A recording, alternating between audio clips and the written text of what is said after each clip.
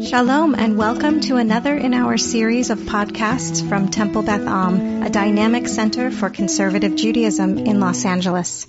Psalm 45. And having read this, a couple of sources on this, let's put this is a love poem fit for a king. It's a very strange poem. You'll see there's some very interesting words and allusions. There is even a kind of some subtle messages here.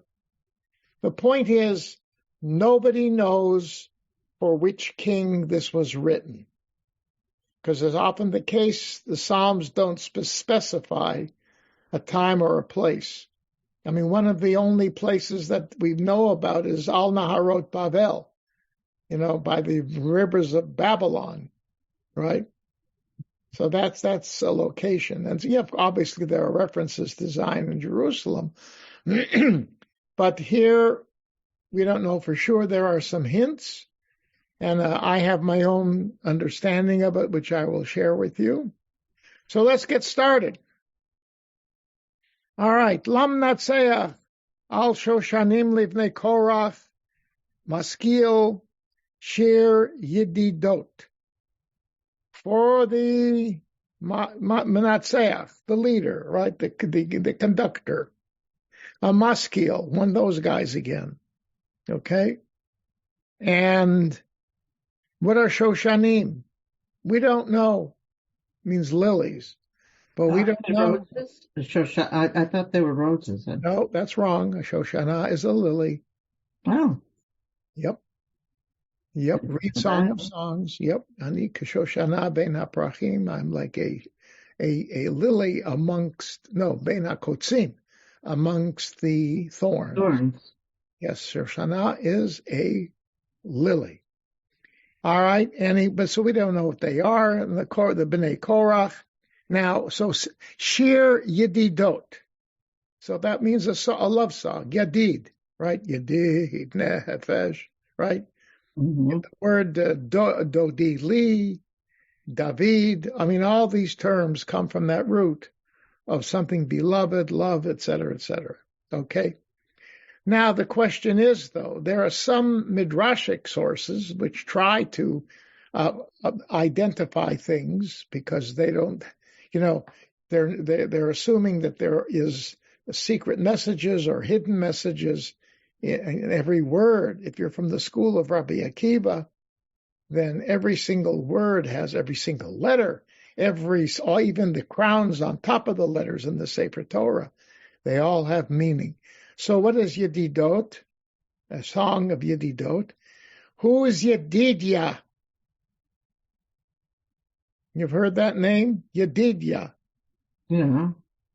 That's King Solomon.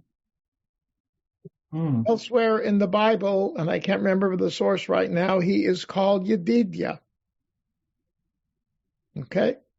So some people say, this is about King Solomon. And there are some things later on that remind us of King Solomon. And I will say, and I'm following the teachings of some of the other folks I've read, he may be in the background.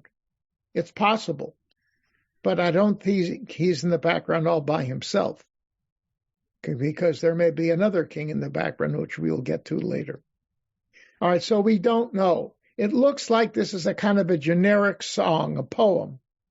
It's like a greeting card, a generic greeting card that you can use over and over again for many kings, depending upon they meet the criteria that are established in the poem. Okay, so that could very well be what it is. Again, it's very unusual. I don't think there's anything much like this. The only thing that comes close in terms of royal poetry, which may or may not be the case, but associated with the king, of course, is Song of Songs. And it's not surprising we're going to hear some wordings and some approaches to things that do remind us of Song of Songs. So it appears that this was a poem that was written by an author who is familiar with biblical literature that's in existence when they are writing. Okay, we don't, when that is, don't know for sure. Okay, Tybal. I just looked up fast. Yedidia was what Nathan, the prophet Nathan, called Shlomo when he was a baby, and that's Shmuel base, chapter 12, verse 25. Thank you very much. Okie doke. Excellent. Now you know. All right. So here we go. This line is a very strange line for a psalmist. Rachash libi davar tov. Okay. My heart is stirred with a goodly word. Rachash means to stir up. It's going pitter patter, pitter patter. He's excited. Now this is not the lover, right? This is the author, but he's so excited because he's going to share a good word. Okay. Omer ani ma'aseh hamelech. I address the fruits of my labor to a king. Oh, it's ma'asai. Sorry, ma'asai. Yeah, right. I'm going to talk about something I'm doing for the king. Lishoni eit sofer mahir. My tongue, my spoken word, is the pen of a ready scribe. So he's talking about himself, saying, I'm so excited. I got some wonderful things to say. This is dedicated to the king. Hooray for me. A little ego coming through here. And I want to show you that this is a frame, because go to the last verse, verse 18. Okay? Look what it says. Askira shimcha b'chol dor v'dor. I commemorate your fame for all generations. Al kain amim yehoducha la'olam va'ed. So people will praise you forever and ever. Right? What is he saying here? I am right. What I have written here is going to make you famous forever. Okay? So he begins by tooting his own horn, and he ends by tooting his own horn. This is a guy, now it's very possible that this was a guy who worked in the court. Some people say he was a court poet. What court, we don't know. Court poets could outlast kings sometimes. If you read the book of Kings, you see some kings came and went very quickly. All right, so you sometimes have these court poets, especially, he's a Levite. So this is clearly the Levites write poetry, they play musical instruments, they sing. So they are the artists, shall we say, of the temple crew, and they flop over as not impossible into the royal retinue as well. Okay, all right. So we have a frame of possible egotism. Now, Yaf Yafita, verse 3. Yaf Yafita b'nei Adam. Hutzak chen b'siftotecha. Al ken berachacha Elohim la'olam. Okay? Yafefita mibnei Adam. You are more beautiful than all the other people. Okay? Yafefiyah. Yafa. Big word in Song of Songs, especially in this form with the doubled fe. That sort of reminds you, he's talking to a king, but he's using a term that in the Bible is usually associated talking to a beautiful woman. But here he's using it for the king. Okay? He's really piling it on, right? Hutzak chen b'sifto techa. Grace has been poured into your lips. Wow. Okay, chen, right? Benevolence, right? This is this king. He speaks words that are wonderfully benevolent and filled with grace. Okay, but again, sfatayim, interest here in different parts of the body. You'll see there's another one coming up. Okay, now, al kain beirachacha Elohim la'olam. Right? Now, or al-kain, or therefore, it makes sense that God has blessed you eternally. Wow. This notion of eternal, right? His poems are going to have an eternal impact. God's blessings are eternal. Again, those are words you usually associate with God. So he's not, I'm not saying he's deifying the king, but he really is laying it on thick, right? Eternal, a king for eternity. Woohoo. If I sound a little cynical, maybe I am. I mean, but I guess that's what kings expected. You got to lay it on thick if you want to stay the court poet, right? Okay. Look, we know for a fact that there were royal prophets who said what the king wanted to hear. Jeremiah talks about them. And then you have prophets like Nathan, David's prophet, who called it like he sees it and laid some heavy trips on that guy.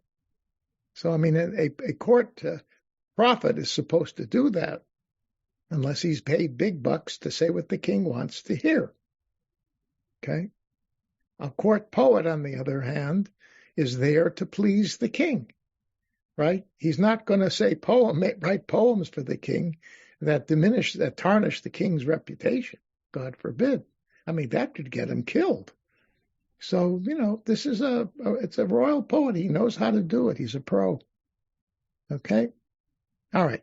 But now another point just to make in passing. The word Elohim appears 4 times. Okay?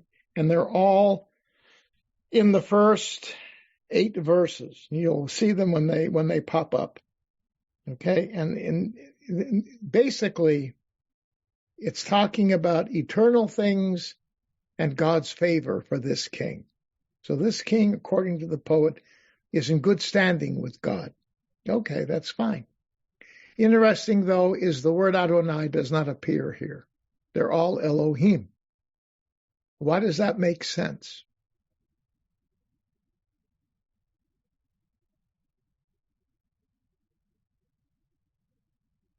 It's a love poem and not a poem of war.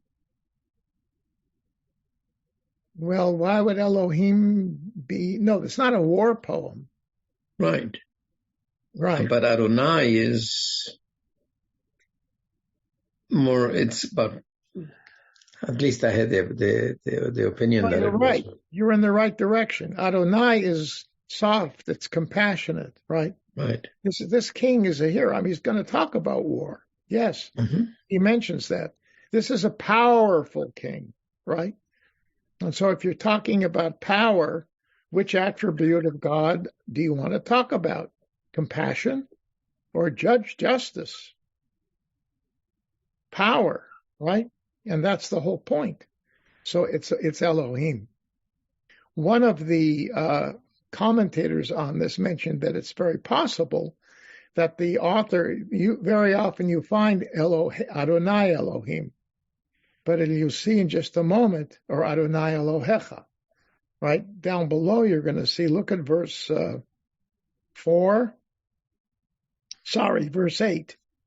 Look at verse 8. All right, Elohim Elohecha, right? Mishachacha Elohim Elohecha. Elohim, your God, your God anointed you. Well, that's unusual Hebrew. Normally it's Adonai Elohim.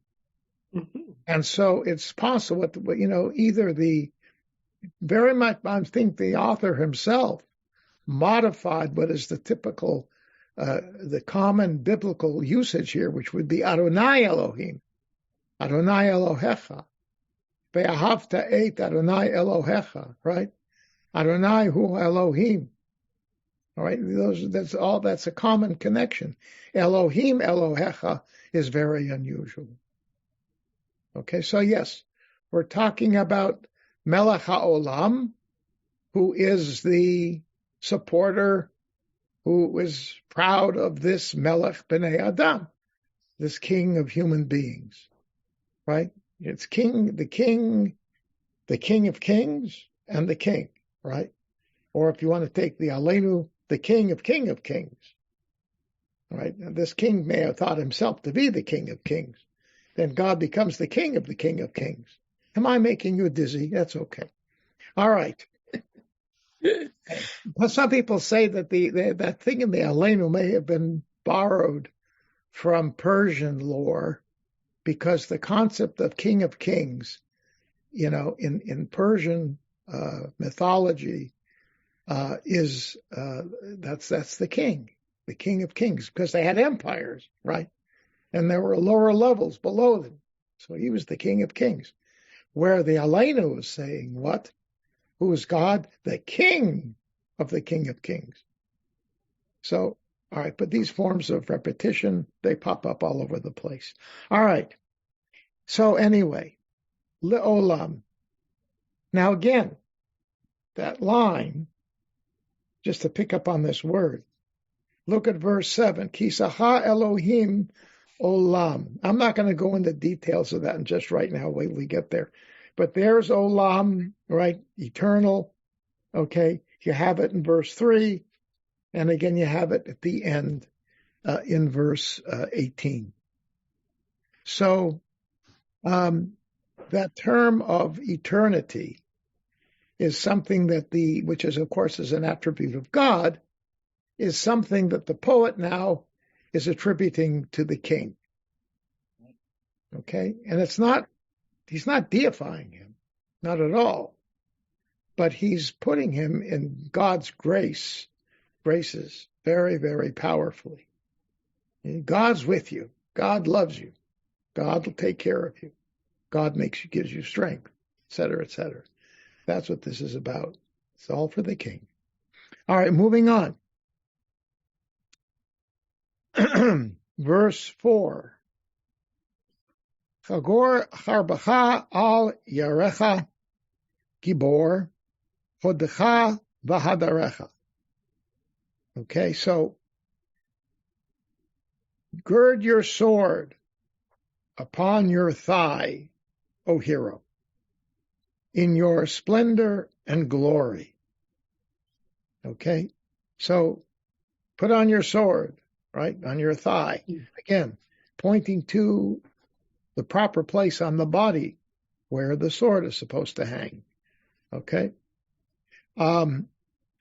So now this king, excuse me, one moment.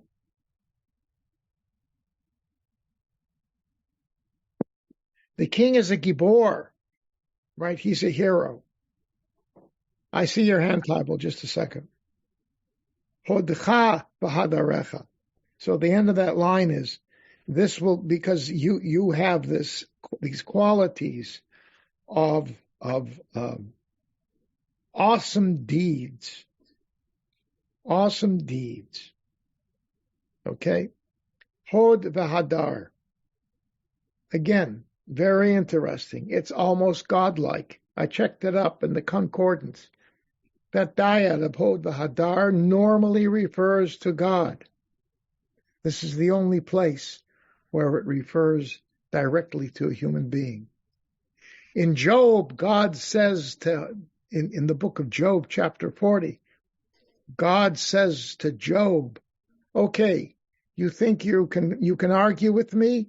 And he starts listing off a bunch of things that Job should try to do to make him an equal of God.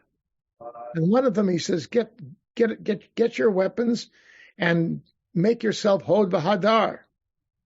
In other words, make yourself like me. Okay, glorious and awesome deeds, etc., etc. Okay, so generally, again, very interesting, ascribing to God, to the king, godlike features. He comes close to almost deifying this guy, but he doesn't cross that line. Okay, Tybal. Is the girding the sword not a euphemism? I thought about that. In Shakespeare, it sure is. But that wouldn't be on your thigh, although it's not far from it. I could make a joke, but there's a recording. Okay, good, don't. But I will say this, though. that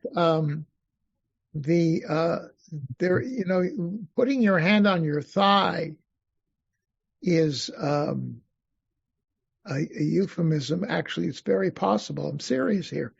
That the whole idea was a man puts it on his Testicles. parts, on his genitals, because he's going to take an oath.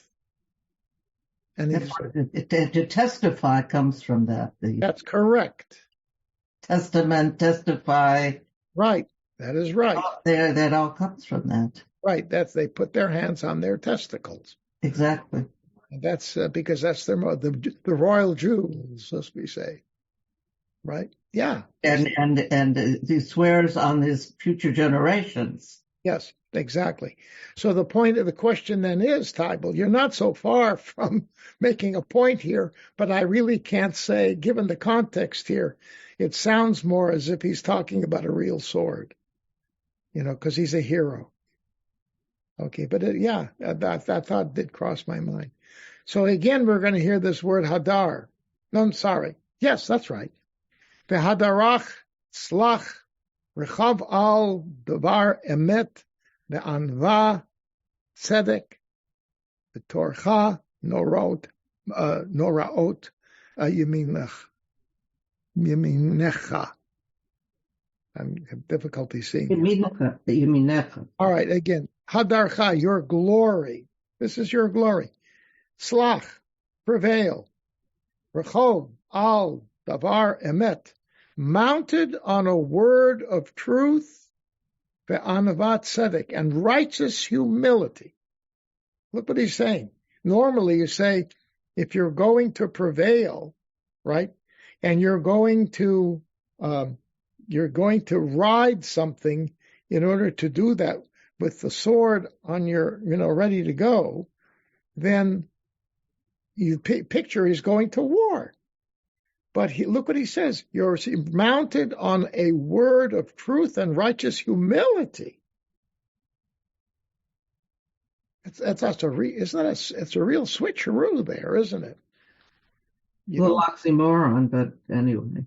Well, in a sense, because it's talking about, although the point here is, I think what he's trying to suggest is that the king, if the king does things right, the king can also become strong by being truthful and, in fact, being humble when necessary.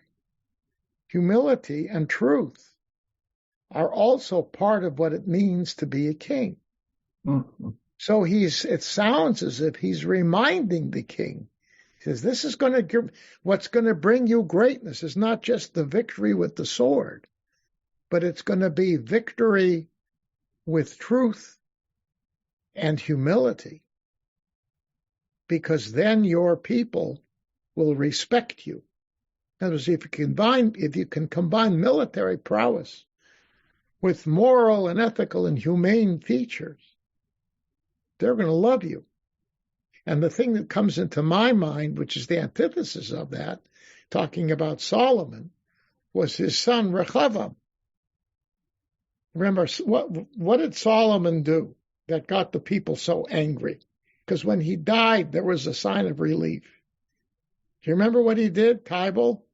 All the taxes. He taxed them too hard. He took their children. He built great armies. Right. He aggrandized himself. Exactly. He had to do all that building, right? He was a builder. It's like Herod, in a sense, right? They had edifice complexes. They had to build buildings. Yes. Okay, and that was Solomon, but he taxed the people horribly, both financially and in terms of recruiting people. Okay, forcing people not in the army, but into his work crew, and they didn't like him for that. Okay, so on the other hand, so what this is saying is, if you show other wonderful humane features. Rehoboam, I was going to say, when Rehoboam took over for Solomon, the people said to him, we hope that you will let up on us with this heavy taxation. That's what your father did, and it got us very angry. And the guy said that if my dad's taxation was my thumb, my taxation is going to be my wrist, something like that. Oh. Did you think you've seen taxation? You ain't seen nothing yet. He said that. And that was a thing, was an important factor that caused Yeravam to break and the joint, kingdom split into two. All right. Now, the point is that people make the argument that initially the unified kingdom was an artificial thing. Okay. It probably was, because if you look at the southern part of Israel and the northern part, the agriculture is different. The whole notion, all of these things made it different.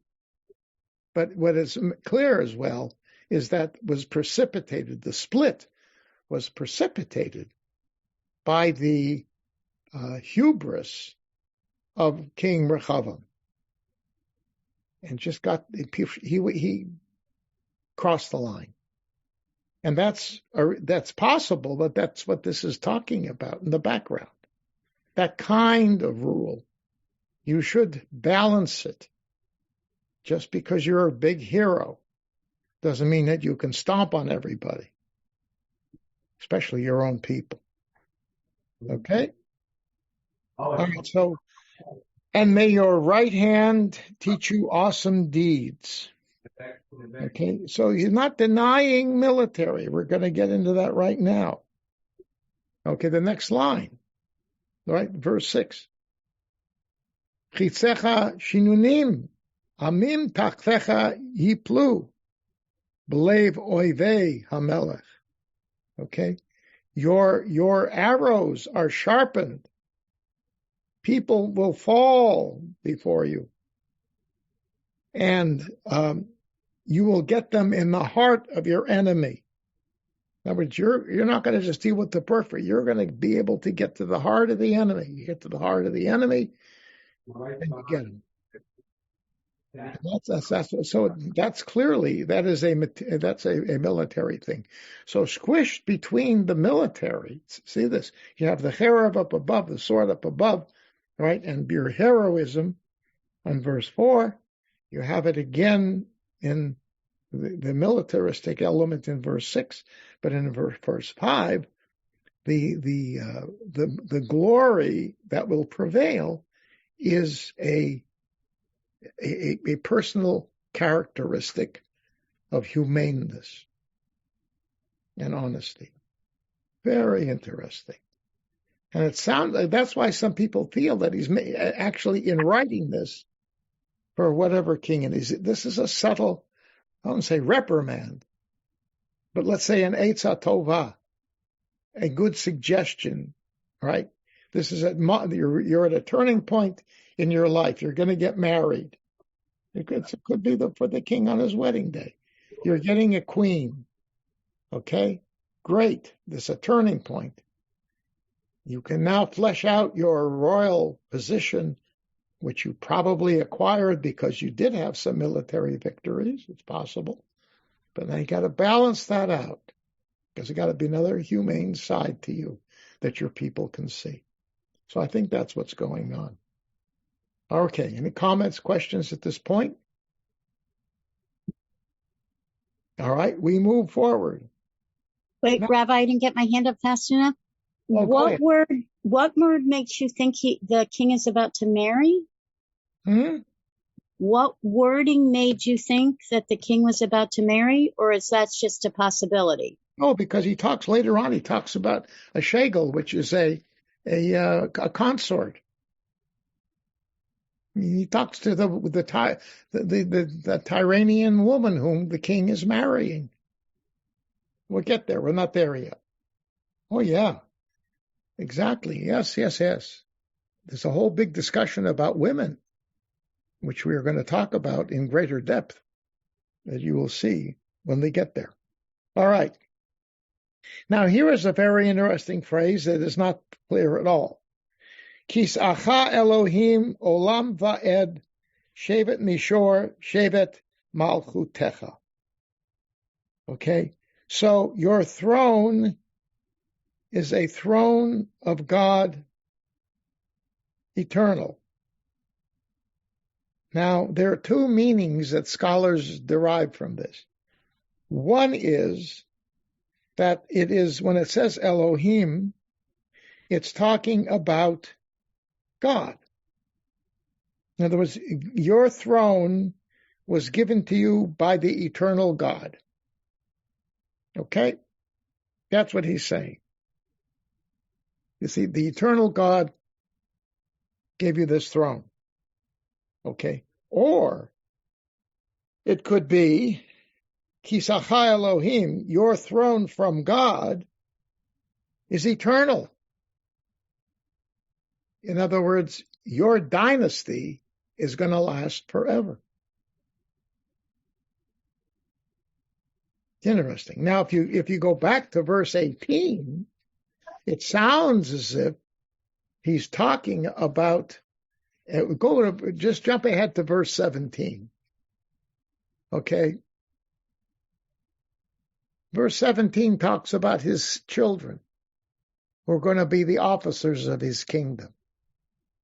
Verse 18 talks about the fact where the poet says, my poems are going to keep you a hero, right, forever. You put those things together, it sounds as if we're talking about a dynasty that will last forever. So if that's the case, when you come back over here, it's possible that when they say the kisei, the throne, is olam va'ed. God has given him an eternal throne. All right?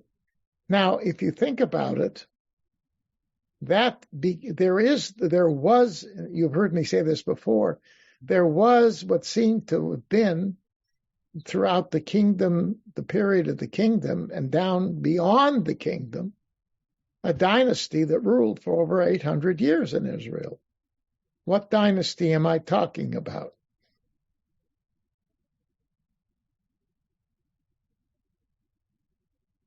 Leon, you said something. I didn't hear you. It has to be the Davidic one. No. That was only in the south. And that lasted from 1,000 to 500. That's only 500 years. Even less. Right? 586. Right? And that was... Yeah, but the only king before David was Saul. No. Doesn't matter. I'm saying, but even let's accept what you're saying. The Davidic dynasty lasted for 450 years. Yeah. I said something that lasted, and that was mostly Judah.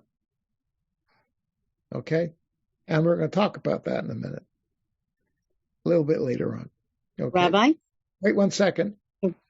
All right. Anyway, I'm talking about a dynasty that lasted from 1,000 down to about 165. And I was going to guess the priesthood. No. Oh, say it again, Tybal. The priesthood. The Tzadok line. The line of Tzadok. Tzadok was appointed high priest by David and later on reaffirmed by Solomon.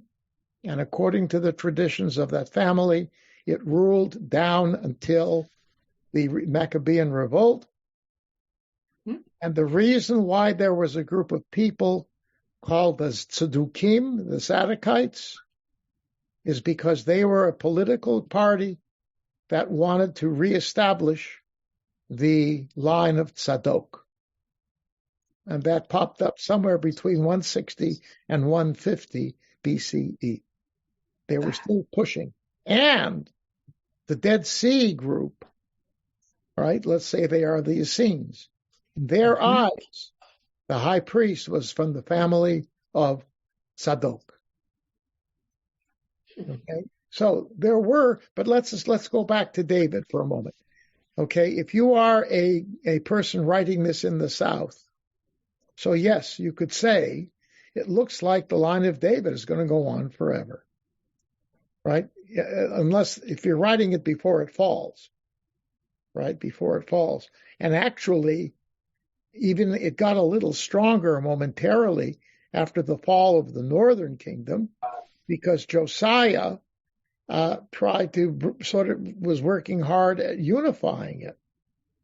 And even his son Manasseh beforehand, who of course was a horrible king, he only ruled for 55 years. But that's the guy who brought back paganism. Okay? So, but the point was because all those people a lot of people from the north came into the south, they wanted to sort of back up and because Josiah had power over Beth El. He destroyed the shrine at Beth El, the temple that was at Beth El. He went in there and tore it up. And he couldn't have gone in there if it was in the hands of somebody else. So they spread out, and it's very possible that this is written around the year 600. No, it's got to be before that, because already the Babylonians were causing trouble. But some don't. Well, anyway, I can't pinpoint the time. Anyway, but the point here is there's this notion, there's subtleties here that we're talking about an eternal kingdom. Now that, of course, was transposed later on. Isaiah chapter 11 alludes to this, right? Chapters 10 and 11.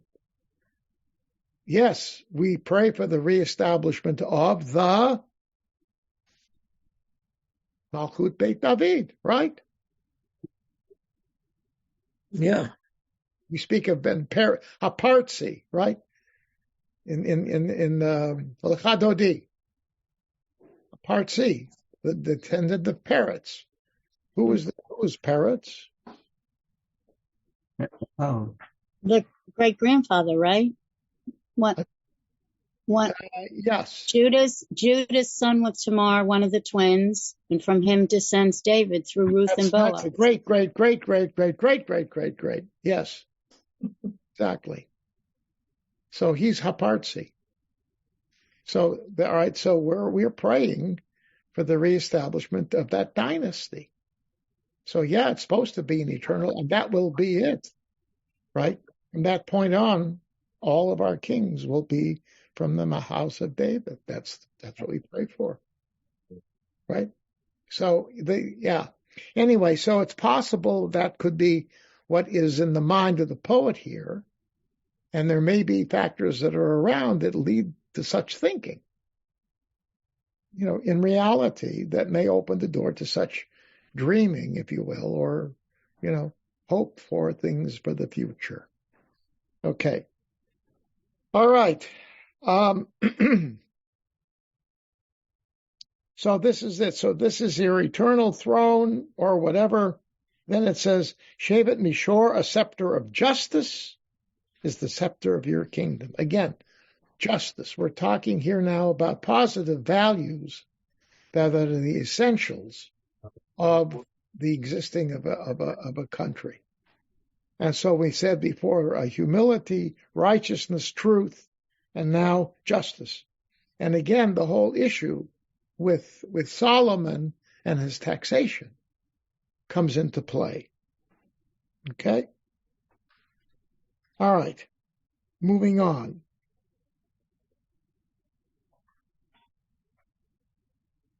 All right. Verse 8. Ahavta tzedek, v'tisna resha. Al kain mishachacha Elohim Elohecha shemen sason me chaverecha.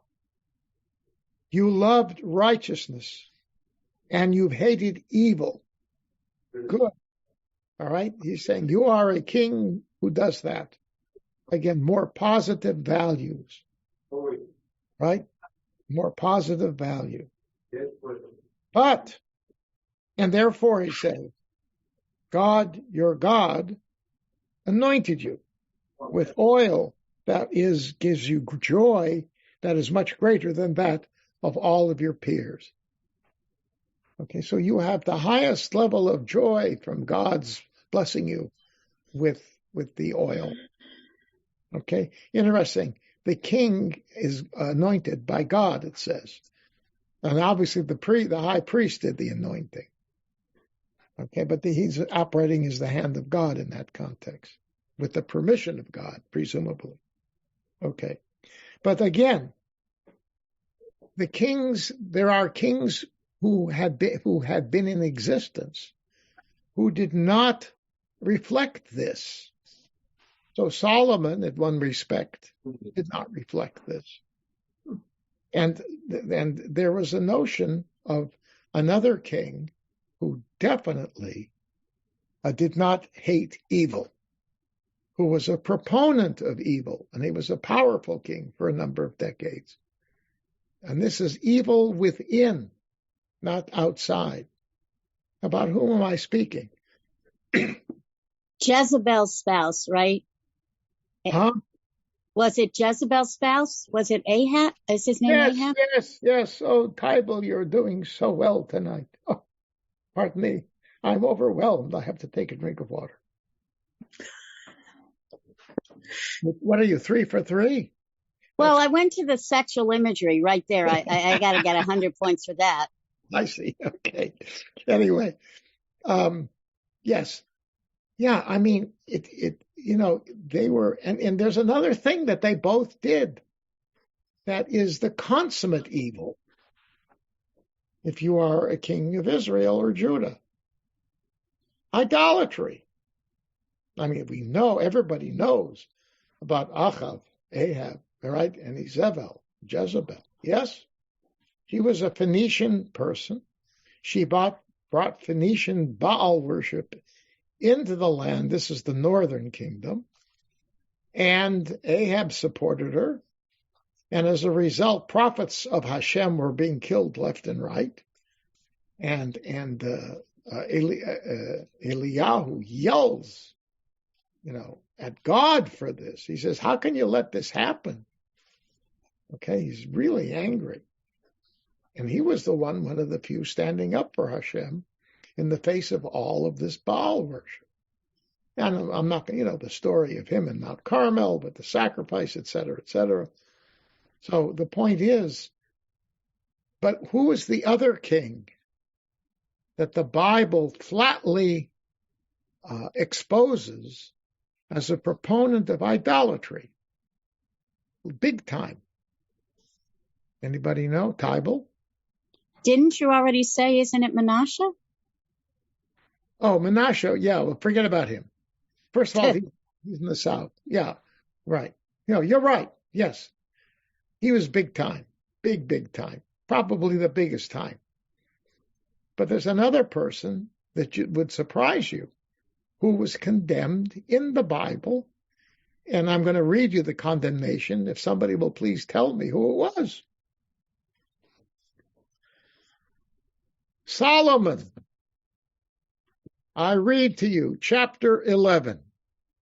Ooh, chapter 11. He went bankrupt because of this. Am I right? Joke. A guy pardon me, ready for the evening joke. You have to laugh. Here we go. If you want to pass the class, you have to laugh. So one day, guy balabus from the shul walks into the rabbi's office and sits down in front of him. He says, Rabbi, I need your help. I've been praying. I've been doing this and that. I'm going broke. I don't know what to do. My business is just turning upside down. I can't control it. Tell me, what shall I do?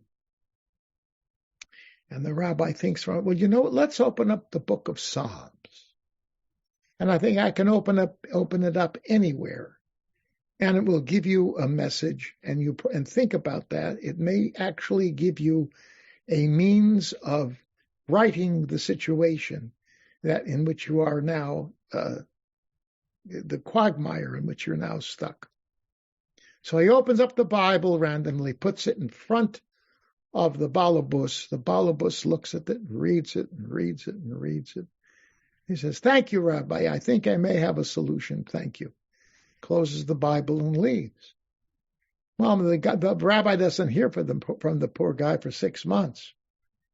6 months later, he comes back to the rabbi and says, Rabbi, I'm going to make a big donation to the shul.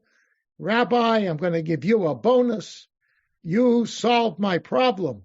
You gave me the answer. He said, really? He said, yes. So you told me to read. I opened it up, I read, and you know what? You know where you opened to? Chapter 11.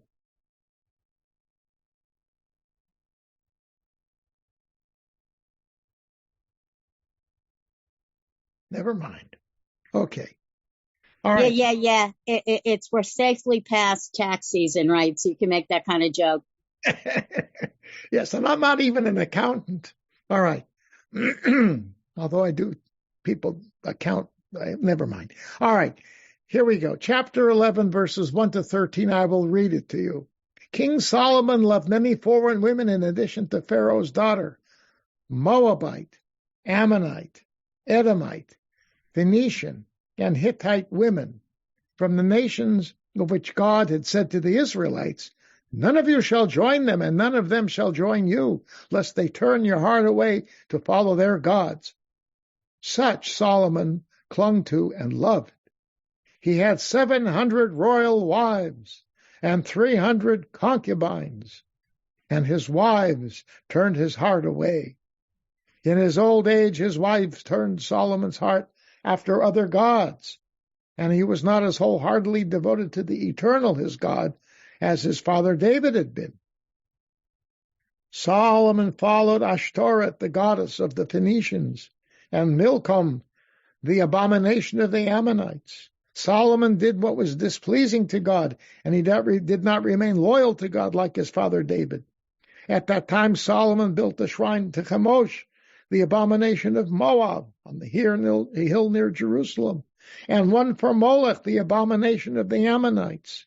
So Moloch worship was not there not only when the Menashe in the 6th century was doing it, it was already begun at the time of Solomon.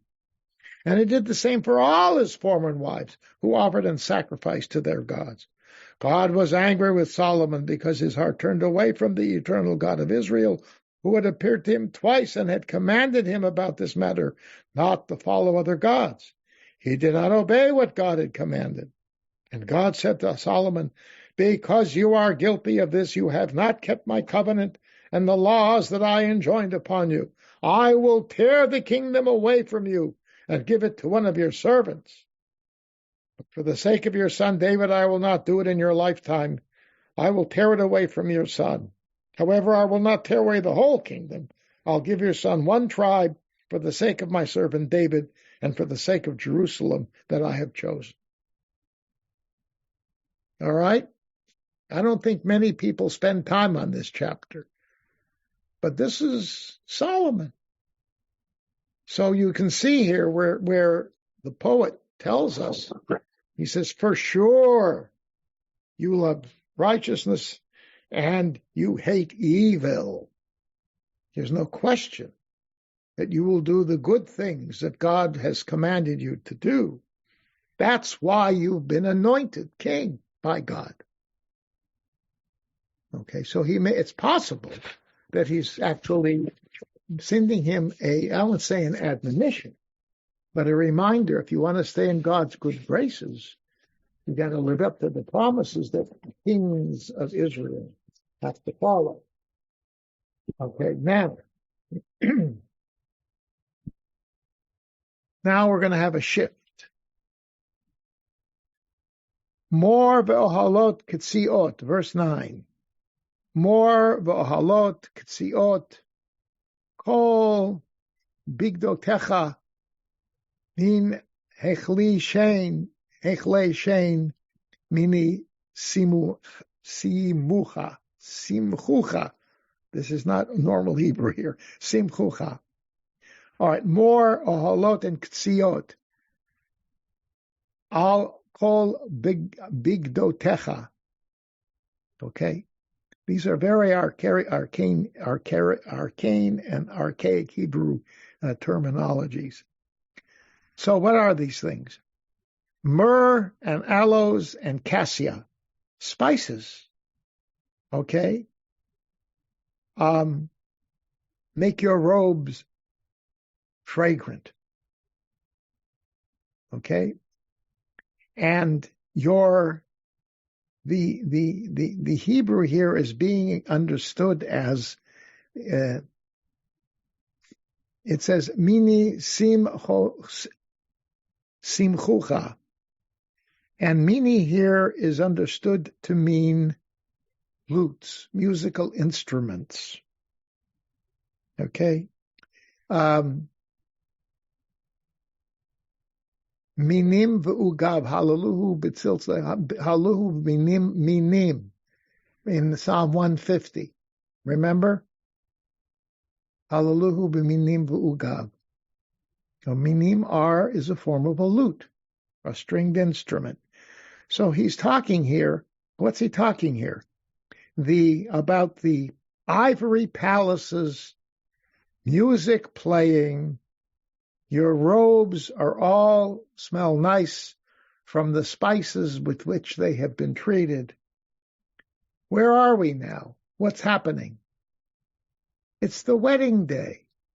He's getting married. Okay? And hence the next line. Benot malachim bikorotecha. Royal princesses are your most favored. Nitzvah shegel liyamincha bechetem ophir. The consort stands at your right hand, decked in the gold of Ophir. Okay? His consort. What's a consort? A wife. Okay? So he's getting married. So there is this beautiful queen to be wearing gold from Ophir, finest gold. All right? And now the poet is going to talk to the queen. Shimina uri v'hati oznech. Listen to me, daughter, and look, and may your ears perk up, incline your ears. Shichechi amech ubeit avich. Forget your people and the home of your father. What is he saying to this queen? Sounds like a reference to, I think it was earlier in Torah where it says, you will leave your mother and father's house when you get married. Well, yeah, that's chapter 2. Right. Genesis. Yeah. But if the verse before says king's daughters, well, he's not marrying his own daughter. Right. So they have to be kings of other kingdoms. So isn't it idolatry? Well, not quite, but it's violating the principle that you can't marry a foreign queen. Yeah, but when I thought you were saying that he was telling the one getting married is leave your idolatry behind with the... No, it's clear. Your beit avich. Aren't you talking about conversion? It's your family. There's no conversion back then. No, but that's not, forget about that. No, basically what the poet is saying, sever your relationship with your family and with your people. Undo the ties. Now, if you are Queen Jezebel, did you do that? No. You maintained your relationship with your people. In fact, you brought from them into Eretz Yisrael. Okay? Now, it's interesting. Look at the next line. Uvatzor, he's calling her daughter of Tyre. Tyre. In which kingdom was Tyre? The Phoenicians. Okay? Where did Jezebel come from? Phoenicia. In the list of queens that I read to you before, one of the groups came from Phoenicia.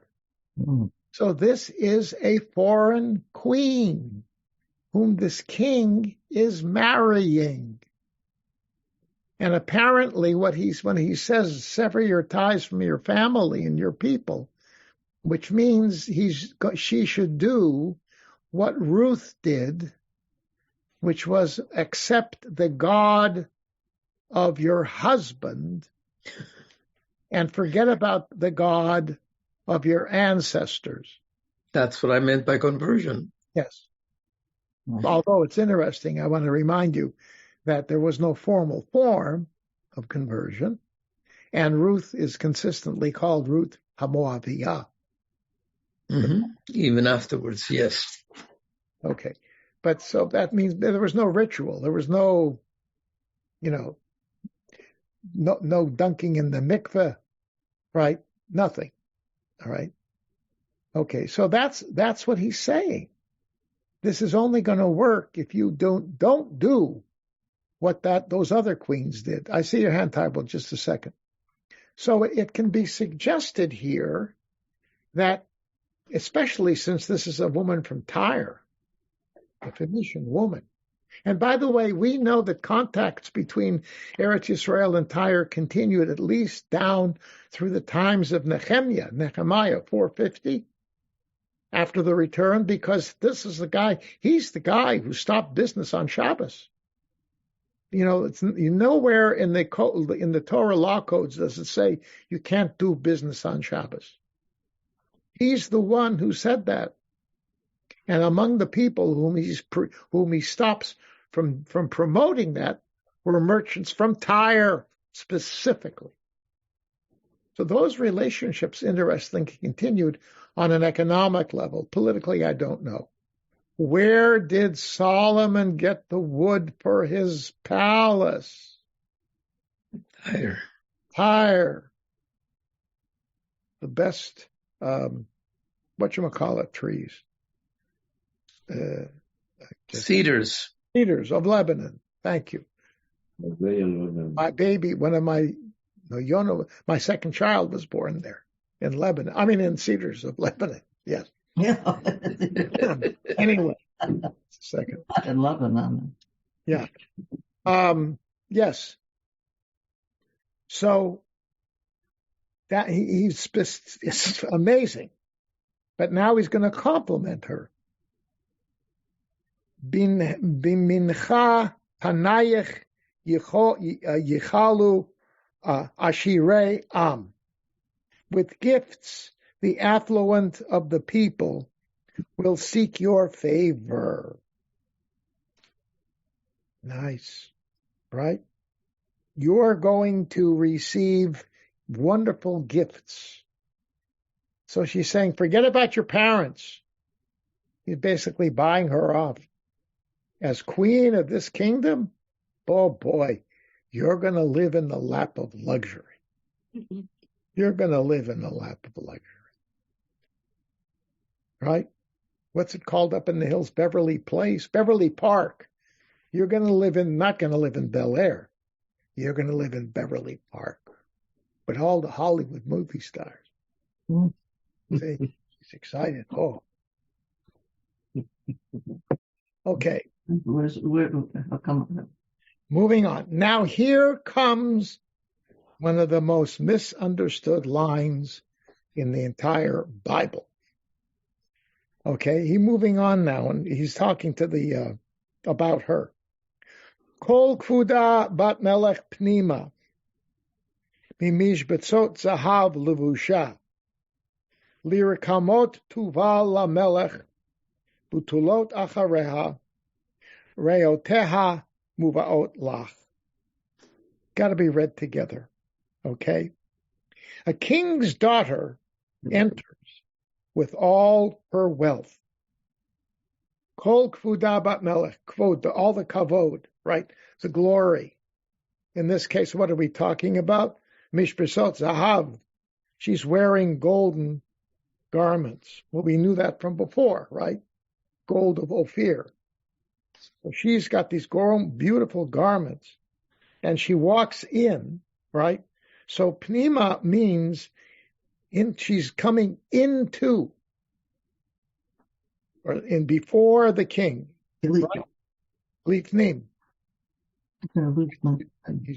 She's going into the king, and her friends, her entourage.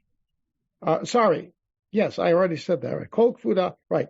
So with all of her glory, with all of her gold, etc., she goes inside to see the king, and that gold is that beautiful kavod, or could be heavy stuff too, kaved, right? Heavy metal stuff, all right, is this gold that she's wearing. And then there's this rikamot. So the verse 15, you've got to almost see, is continuing. She's in this, with this embroidery, tuval lamelech.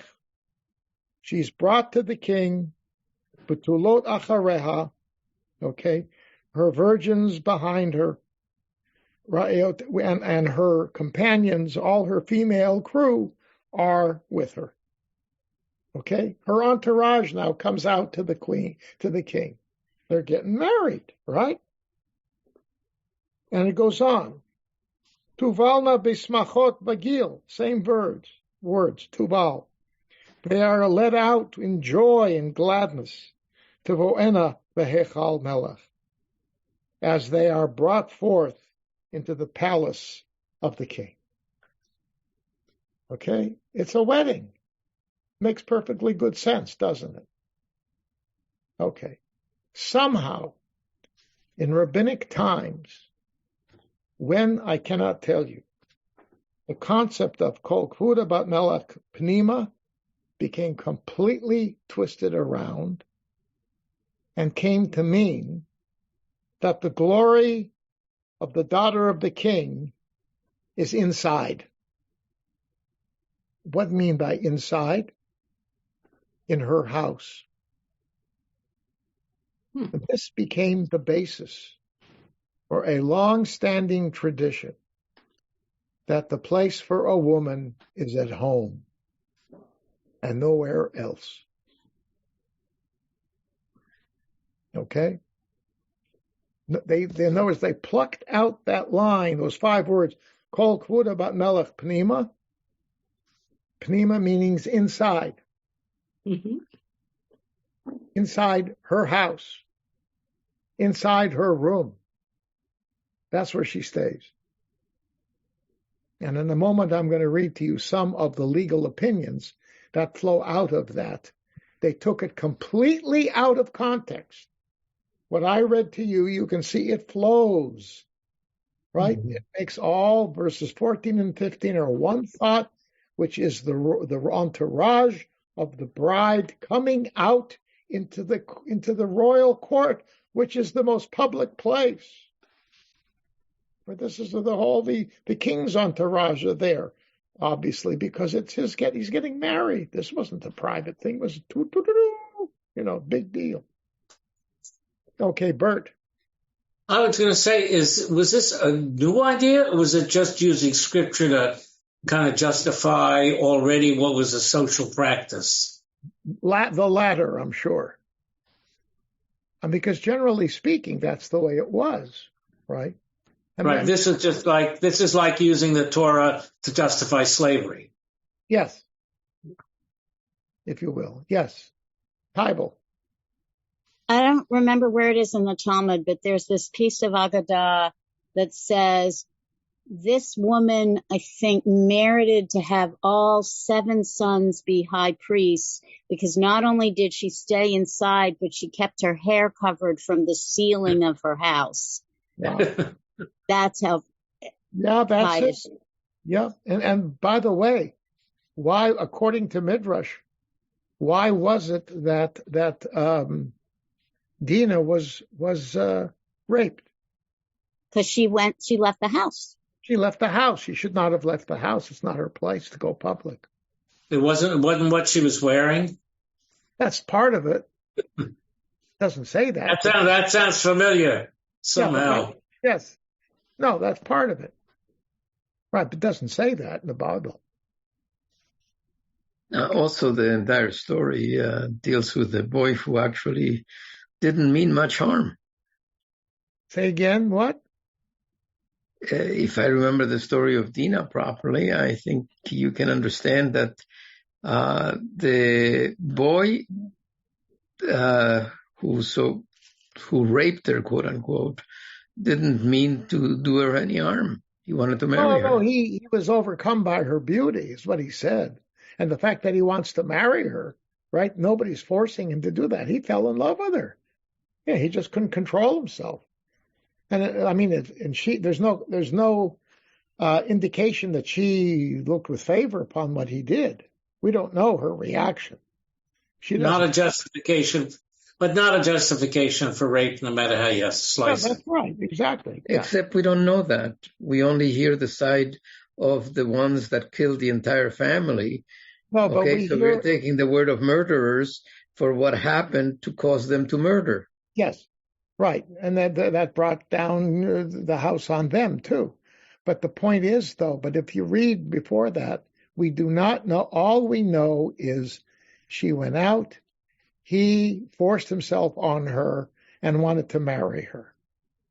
Right? Mm-hmm. Nobody forced her to marry her. Right? Later, rabbinic law the Bible says if you rape, you got to take her. She's yours. But also that he forced itself, we hear from his side of the from her side of the family. Right.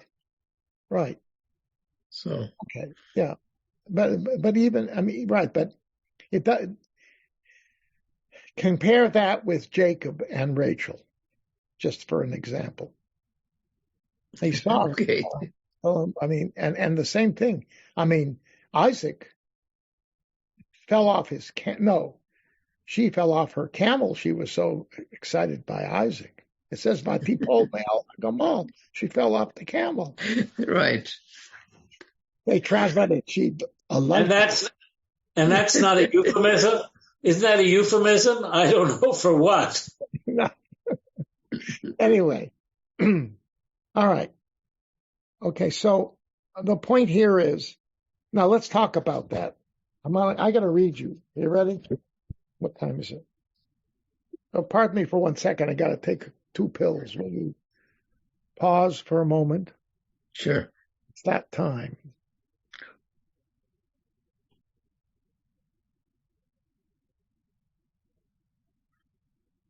Thank you. All right, so here's what the halacha says about this. I begin here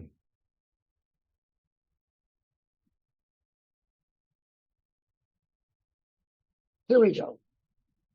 I begin with Mishnah Torah of Rambam, Hilchot Ishut, Laws of Women or Marriage, Chapter 13, halacha number 11. In a place where it is customary for a woman not to go out to the marketplace wearing merely a cap on her head, but also a veil that covers her entire body like a cloak, her husband must provide at least the least expensive type of veil for her. Okay? Now, the entire body covered like a cloak, not just her head. Remember, where was Rambam living when he wrote Among Muslims. Among Muslims. Exactly. So that's the norm. All right. If you live in those areas, that has to be provided. If he's wealthy, he must provide her with a veil whose quality is commensurate with his wealth. So she can walk around outside with a balabatishu veil, but it's got to be if they're wealthy. However, he must cover this veil so she can visit her father's house, a house of mourning or a wedding celebration. For every woman should be given the opportunity to visit her father and go to a house of mourning or a wedding celebration as an expression of kindness to her friends and relatives. for this will have a reciprocal effect, and they will return the visits. For a woman at home is not confined in a jail from which she cannot go and come. Nevertheless, it is uncouth for a woman always to leave home, this time to go out, and another time to go on the street. Indeed, a husband should prevent a wife from doing this, and not allow her to go out more than once or twice a month, as is necessary. For there is nothing more attractive for a woman than to sit in the corner of her home, as implied, Kol kuda bat melech pnima. All the glory of the king's daughter is within. Nothing more. Was Maimonides married? Yes. Wonder what his wife had to say about that. No. He didn't. Actually, did he have more than one wife because he wasn't given the part of the world he was in? I don't know. We don't know. We don't know. I do know that his son took his place and thus began a dynasty of rule of chief rabbi of Egypt for 200 years. But it's interesting, the son rebelled against his father because he was a philosopher, and for him, any form of mysticism was like avodah zarah. It was idolatry. His son became a mystic, a Jewish mystic, a Makubal, studied Kabbalah. That's what you call revolt. Anyway, he was a tough guy. He did not like women. No. In fact, he says when you're at the height of a climax, you should be thinking about God. You have to remember that he took care of a harem. Well, yeah, but I don't know if he took care of the women. He took care No, but what I'm simply saying is... he was surrounded by women all day. He was surrounded by women all day long, so... You got to keep in mind, they had their own place. They didn't walk around freely inside the palace. I mean, he was with the vizier and with those guys. He didn't serve the caliph, but he did serve the vizier, the number 2 guy. Got pretty high up. And that kept him busy all day, whatever it was. Yes, is it possible that he would see the women? Yeah. But I would assume they came to him. They wouldn't let him into the harem. No, that's for the I thought he was their doctor. He was a doctor. It doesn't mean anything. You still had to follow the rules of modesty. Oh, yeah. It's not nice to do that. No. Anyway, that's Rambam. Okay? And I'm not surprised. He doesn't hold that women are necessarily on the same level as men. I mean, he was the guy who said that if a woman doesn't, in certain circumstances, doesn't listen to the husband, he can take a rod and whop her. I quote. You mean like my wife does to me? Well, that means if you do something to her, she can get a rod and whip you. Right. Oh, yeah. Or you can whip each other. No, don't do that. I mean, there is a term for that, I think. Yeah, we're getting a little off base here, aren't we? Yeah. Yes. Okay. I know this is tomorrow's class, but I did find it very interesting in the source sheet you sent, the first line, the first one, which was credited to Ramban, about sex and the love of women. So tune in tomorrow, folks. Yes. But that's the other side of the coin. This is so different from what you just described my mom saying, and it's almost they were alive almost at the same time. No, Rambam, this was a little bit about a generation and a half later. No, but I mean it was. Oh yeah, and they're both time. It's both Sephardic. Right. Yes, Tybal.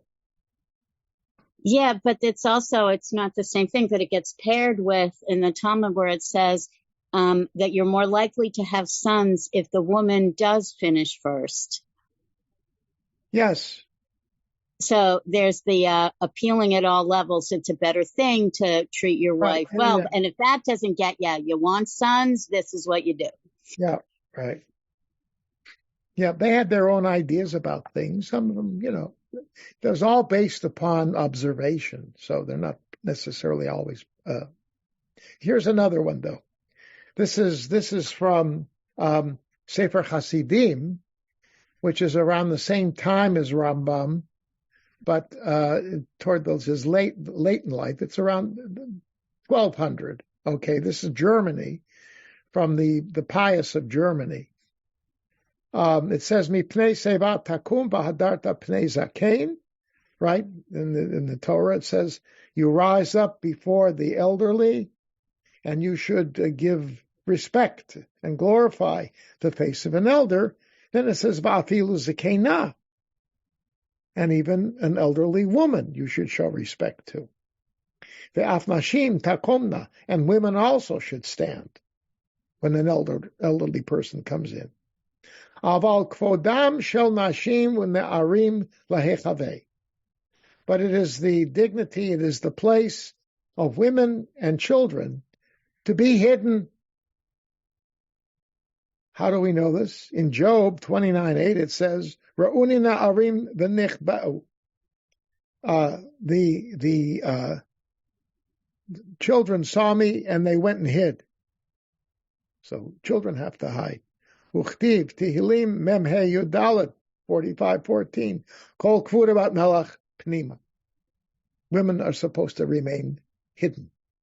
Okay, so now you see at the same time in Sephardic communities and in Ashkenazic communities, women are not supposed to be in public. Now, Sefer HaChinuch. Now, this is really, he doesn't deal specifically with this, but he talks about a woman who was seduced, okay? The commandment on the court to judge the case of a seducer is this: to judge the case of a seducer, meaning to say one who seduces a virgin, that we should judge him according to his statute that is written about him in this section, as is stated, Exodus 22:15. And if a man seduces a virgin, etc., means then he has to pay the father a certain price and then marry the woman. And the matter of seduction is that he tells her things that are false or even true until she gives in to him. This is not rape, this is seduction. Okay. The root of the commandment is well known. Do not wonder here, since all the honor of the king's daughter is inside. Okay? In other words, women shouldn't be outside where they're exposed to this. Okay? And then it goes on to say, why is it the wealthy and the poor, get charged the same? Because the final line is, as the penalty is only the value of the enjoyment of lying with her alone. They're not paying for her because of her status, but because of the pleasures that, pay for pleasure. That's what it says, basically. But the whole point is, again, this is the Dina thing. Women should not be in a position to be seduced because they should be at home. That's what this is saying. Now we have two modern compositions, two modern statements. One is this is called Pninei Halacha, which is laws for women. So this is book 3, chapter 7, verse number 5. Specifically because of women's quality of humility, she is able to receive the divine and absorb the illumination that stems from Torah study and from positive time-bound mitzvot. This, in turn, enables her to express her great virtues. It is no coincidence that man's virtues are more noticeable, while the women's are internal and concealed. The king's daughter is all glorious within. Okay? In other words, what this is saying is not that the women can't go outside, but because women are more humble, they don't flaunt the mitzvot that they do. They do them quietly. Okay? And they're more internalized. So they're moving away from the woman being locked in a place. Okay? And therefore, it says this also allows us to understand the meaning of the bracha, She'asani kirtzono. right? In Birkot HaShachar, the man in the Orthodox prayer book says, "Praised are you, God, who did not make me a woman," right? Because women are not obligated for all 613 commandments. So they have a lesser chance of ascending from one perspective. But what the woman says, according to them, is that you've made me according to your will, which means you made me a woman. It was your will, but that's okay, because with my humility, there are elements of Torah that I can absorb and get quietly that my husband cannot also. So they try to sort of equalize it out, even though it still means that a woman is she's at a different level in a different way. I've heard this before. Women have a greater soul. They're more spiritual. They don't need the mitzvot. They don't have to put on tefillin, right? They don't have to pray every day. I mean, they don't have to pray publicly. They got to pray every day, but they don't have to be part of a minyan. Well, they can't. They're having babies all the time. All kinds of explanations. Why not having true egalitarianism? Okay. And then the last statement on this comes from Contemporary Halachic Problems. Yes. Volume 2, Part 2, Chapter 11, Women on Synagogue Boards. The halacha, a king but not a queen. This is Rembaum, Hilchot Malachot. In other words, it says that the Israelites must have a king, but not a queen. And then it goes on to say women cannot hold positions of authority in the community. That's Rambam. It appears to be a reflection of the religio-social ideal called Kvuda bat Melech Penima, the entire glory of the king's daughter is within. Various explanations have been offered in attempts to formulate the philosophical basis of this ideal. Such explanations are based upon an analysis of the concept of tzniut in all of its ramifications. Humility, right? The same thing what we saw before with the women's law. Modesty also. Modesty, yeah, same thing.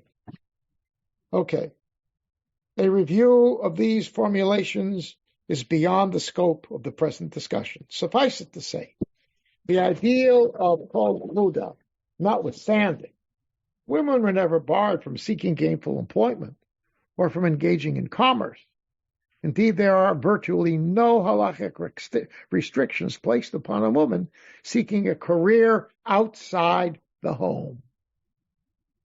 And there is a trend today, of course, in modern Orthodoxy to move in that direction. There's no question about it. And many modern, I studied this briefly for a paper I wrote, and it's clear many of the modern thinkers on this, who are modern Orthodox, I would say, or contemporary Orthodox, let's put it that way, generally are saying, what was.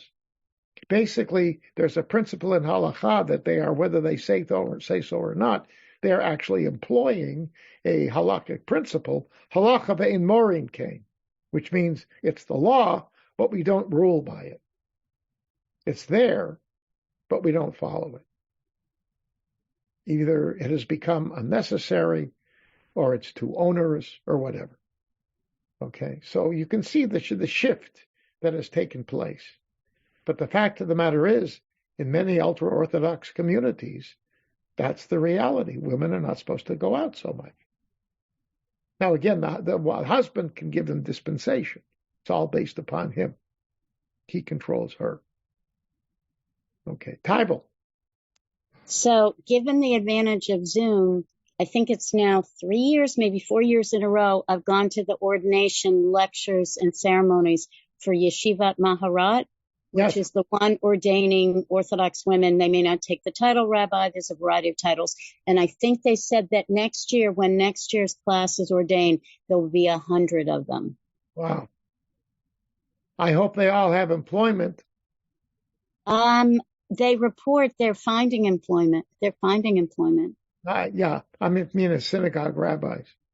Actually, in D.C. for a while, when a man left to do an educational institution, and there was a Maharat who was the assistant clergy. She used Maharat. She was one of the early ones for, I think, about 2 years. She was the only clergy. And then something must have happened because the rabbi who's married to the one who runs Safaria came. Uh-huh. And now the Maharat is gone. And David Judea had a Maharat for a number of years. And I think she left for another job. But she was well loved by the congregation. Very well loved. In fact, she used to come with Rabbi Kanevsky when we have our joint Tisha B'Av and the fast, Beth Am and B'nai, well, it used to be more synagogues. Now it's B'nai David, Beth Am, and isn't it Ikar some years? Yeah. Those are the three basic ones. Yeah. But, she always would come and people loved her. She was great. Yeah. But I can tell you, Kanevsky took a lot of heat from the OU, from the RCC, a lot of heat. So anyway, so this is, so you can see that how this line has been torn out of context and used as a hook, a biblical hook, on which to hang what was a sociological reality.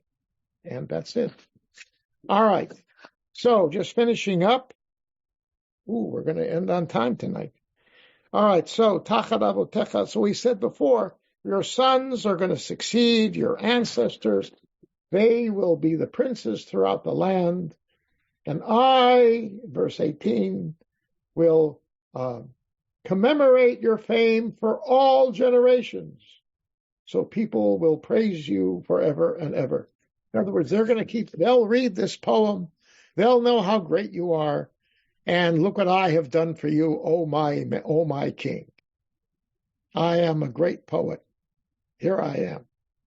Okay. Frame, right? Beginning talking about himself, end talking about himself. Very unusual in a psalm. But this is for the king. And remember what they said. It's good to be the king. In the movie, right? Yes. Absolutely. History of the World. Is it History of the World Part 2? Yeah. Yes. All right, folks. All right. So next week we shall move on to the next Psalm, Psalm 46, and see what kind of exciting things we have there. It's each week. It's unbelievable. There's these little gems that pop up, these little interesting things that, you read them at first blush and say, oh, that's interesting. And then suddenly you do a little digging and look what you can find. All kinds of fascinating things. Okay, guys. So be well. Please read ahead. And we shall, as they say in French, to be continued. You have been listening to another in our series of podcasts from Temple Beth Am, a dynamic center for conservative Judaism in Los Angeles. If you enjoy these podcasts, we invite you to write a review on the Apple Podcast site or wherever you get your podcasts. For more information about Temple Beth Am Los Angeles, go to tbala.org.